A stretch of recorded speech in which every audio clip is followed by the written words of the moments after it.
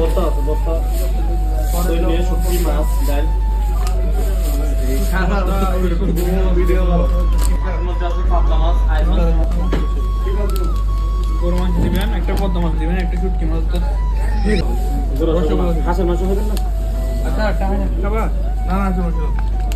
দাঁড়ান দাঁড়ান তুমি ওই রসুন দিয়ে চামচ বানাই খাবেন না? মনে কি গেল বোনা করি এটা বানাই খাওয়া যাচ্ছে মনের তরফ থেকে পার্টি ডবল দিয়ে দিই দেখতে বেশি দেয় মার দিয়ে ফেলে